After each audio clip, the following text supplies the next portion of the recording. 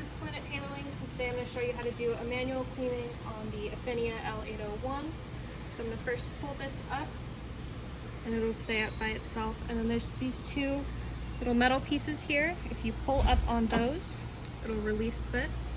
I lift it up and that's about as far as it goes. Then I've got a lint-free cloth with some distilled water on it. You don't want to use any cleaners, just water.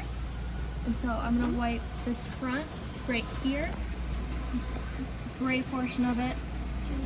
And then I'm going to right here, there's some little rippers. So I'm going to make sure that those are all clean. Right now I'm running some pre-cut labels, so there is a little bit of bleed getting on the backer. And so the wheels are picking that up, so I want to make sure it doesn't transfer back down.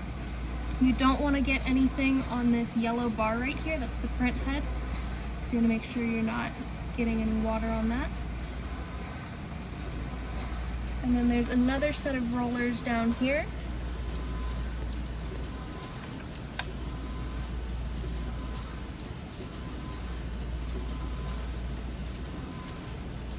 And the width of the material I'm using is probably only about this big, so I don't need to clean all of these over here since they're still clean.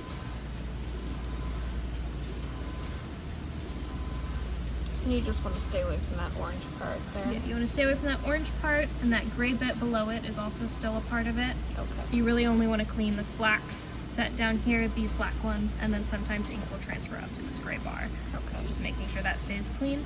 So once it's still coming off clean, you just push it back down, and the second set of gray pieces here is what you'll push on, and it'll lock it back into place. And you can just close it, and it'll run its own little print head maintenance on it after that. Awesome.